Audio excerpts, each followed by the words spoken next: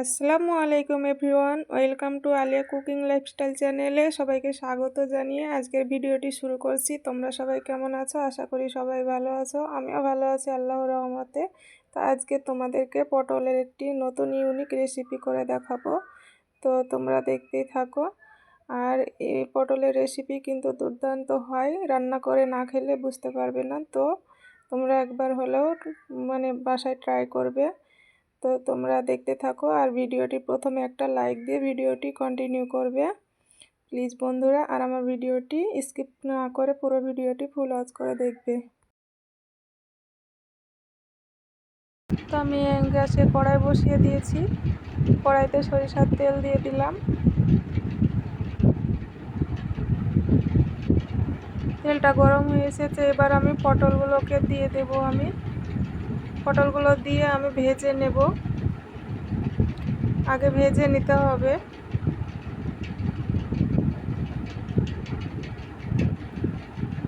ভালো করে নেড়ে চেড়ে আমি নিচ্ছি।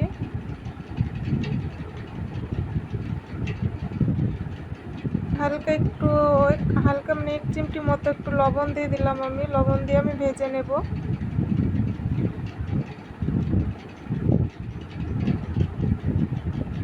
নেড়ে চেড়ে আমি ভেজে নিতে হবে। তোমরা দেখতেই থাকো আমি পটলের রেসিপিটা কিভাবে করছি, তোমরা দেখতেই থাকো আর ভিডিওটি স্কিপ করবে না বন্ধুরা। প্লিজ ভিডিওটি ফুল ওয়াচ করে দেখবে। আর আমার ভিডিও যদি ভালো লেগে থাকে তো অবশ্যই একটা মূল্যবান কমেন্ট করে যাবে বন্ধুরা। আর আমার চ্যানেলে যদি নতুন হয়ে থাকো চ্যানেলটি সাবস্ক্রাইব করে পাশে থাকবে। তো পটলগুলো ভাজা হয়ে গেছে, পটলগুলো আমি তুলে নিচ্ছি এবার।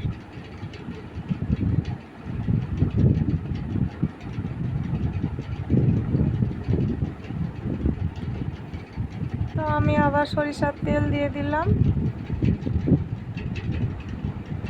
5 ফোড়ন দিয়ে দিলাম, 1 কুচি মতো আমি তেজপাত দিয়ে দিলাম।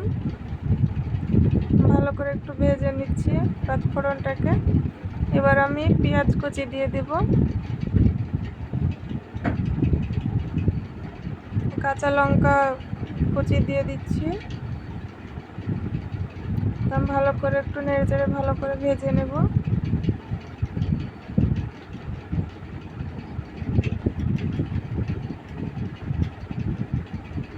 তো বন্ধুরা তোমরা এভাবে একবার ট্রাই করো পটলের রেসিপি। পটল ভাজা তো অনেক খেয়েছো, তো এইভাবে তোমরা রান্না করে খাবে, অবশ্যই অনেক মজা হয়। এখানে আমি 1 চামচ মতো হাফ চামচ মতো লবণ দিয়ে দিলাম, হাফ চামচ মতো হলুদ গুঁড়ো, হাফ চামচ মতো ধনিয়া গুঁড়ো। আর এখানে মশলা বাটা দিয়ে দিলাম। এখানে 9 রকমের মশলা পেস্ট করা আছে, তো শুধু জিরা বাটা নেই, এখানে 9 রকমের জিরা মরিচ সব কিছু দিয়ে রসুন দিয়ে সব কিছু। এজন্য আমি আলাদাভাবে কোনো রসুন ব্যবহার করি না, একসঙ্গে সব কিছু পেস্ট করে রেখে দিই। তো আমি এজন্য আলাদা কিছু ব্যবহার করি না। তো আমি ভালো করে মশলাটাকে আমি একটু ভাজা করে নেব।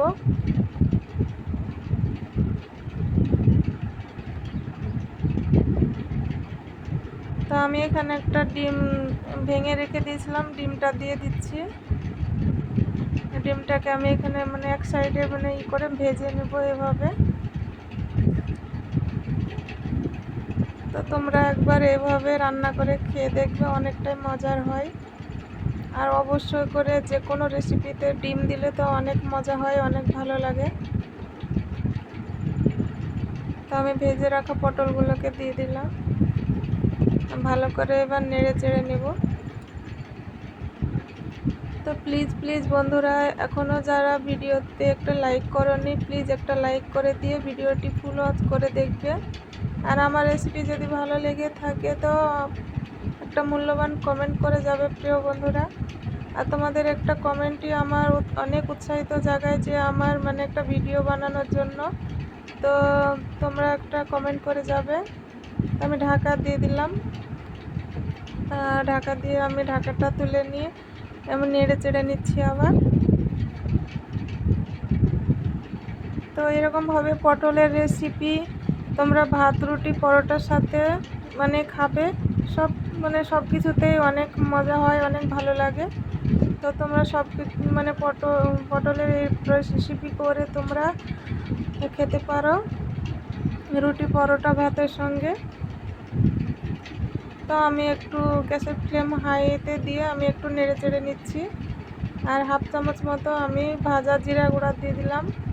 তো এখানে শুধু ভাজা জিরা গুঁড়া নেই, এখানে আমি 7 রকমের মশলা আমার মানে ভেজে গুঁড়ো করা আছে। তো আমি এজন্য কোনো গরম মশলা আলাদাভাবে ব্যবহার করি না, একসঙ্গে গরম মশলা দিয়ে সব কিছু দিয়ে মানে এখানে গুঁড়ো করা মানে রেখে দিয়েছি আমি। তো অবশ্যই করে আমি এক সময় তোমাদেরকে এই কোন মশলা ব্যবহার করি আমি তোমাদেরকে অবশ্যই করে দেখাবো। আর কোন মশলা ব্যবহার করলে যে রান্নার টেস্ট বাড়বে অবশ্যই দেখাবো বন্ধুরা। তো আমি নেড়ে চেড়ে ভালো করে একটু ভাজা ভাজা করে নিচ্ছি।